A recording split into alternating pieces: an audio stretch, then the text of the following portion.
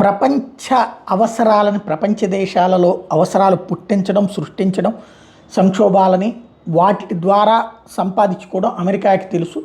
ఒకప్పుడు యుద్ధం చేసి లాక్కునేవాళ్ళు బ్రిటిషోడా, లేకపోతే ఫ్రెంచోడా, డచ్చోడా.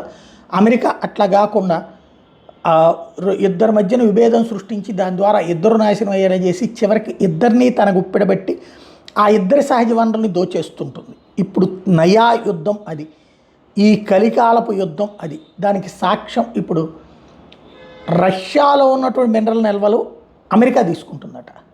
ఈ మేరకు అమెరికా రష్యాలు అనధికారిక అంగీకారం అయిపోయింది. ఇక అధికారికంగా రేపు ట్రంప్ అక్కడికి వచ్చినప్పుడు జరుగుతుంది. అంటే రష్యా చేతిలో లక్షల లక్షల లక్షల కోట్ల విలువైనటువంటి మినరల్స్ ఉన్నాయి. అది ఇప్పుడు అమెరికా వినియోగించుకోబోతోంది. దానికి రాయల్టీ లాంటిది పే చేస్తారు రష్యాకి.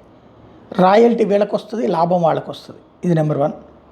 నెంబర్ 2 వచ్చేటప్పటికి ఉక్రెయిన్లో ఉన్నటువంటి $5,000 బిలియన్ సంబంధించినటువంటి దాన్ని అక్కడ సహజ వనరుల మీద ఆధిపత్యం అమెరికా తీసుకుంది. అంటే రష్యా ఉక్రెయిన్లను కొట్టుకోమని చెప్పి వాళ్ళిద్దరు నష్టాల్లో పడ్డాక వాళ్ళ దగ్గర ఉన్న సహజ వనరులను ఇద్దరి దగ్గర నుంచి అమెరికా తీసుకుంటుంది. ఇది రాజనీతి అనాలా, అరాచకపు నీతి అనాలా?